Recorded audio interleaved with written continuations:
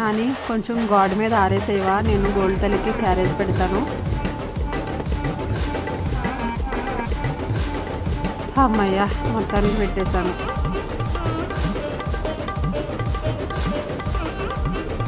ఏంటి ఇక్కడే ఉంది బకెట్, ఏం చేస్తున్నారు ఈయన? చూద్దాం.